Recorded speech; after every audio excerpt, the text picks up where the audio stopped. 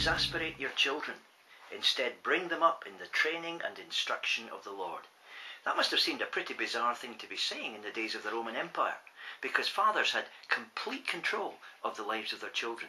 William Barclay, in his Daily Study Bible on Ephesians, says this: "The father's power under the patria potestas, that a Roman father had absolute power over his family.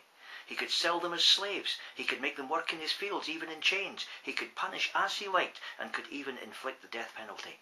And the power of the Roman father extended over the child's whole life, so long as the father lived. A Roman son never came of age, even when he was a grown man, even if he were a magistrate of the city, even if the state had crowned him with well-deserved honours, he remained within his father's absolute power." And here's Paul saying, don't exasperate your children. The word he uses is a Greek word that you find only twice in the New Testament, and it means to anger by getting close to. In other words, to wind somebody up. The idea is that you know somebody so well, you can push just the buttons that trigger the reaction you want. And Paul's saying, don't do it.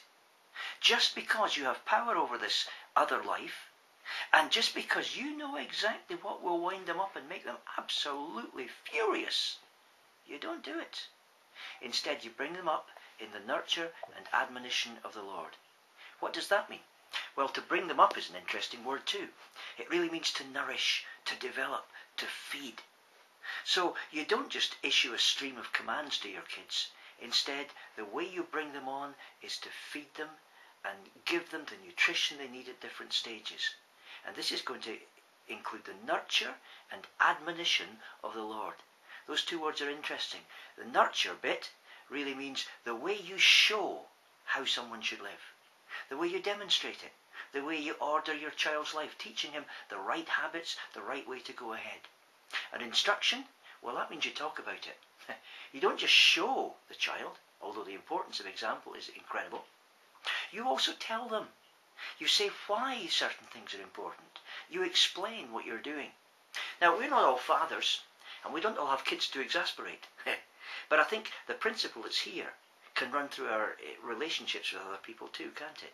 We all have people that we can wind up if we want to. And sometimes, let's face it, the temptation can be pretty strong. We just want to take it out on others, and we know just how to do it with those who are closest to us. Don't do that, says Paul. Instead, nourish the lives of those other people with whom you are up close and personal. Nourish them, and do it by showing the right way to live and talking about it. Explain, communicate, demonstrate, and nourish. Don't wind people up. Try not to do that today.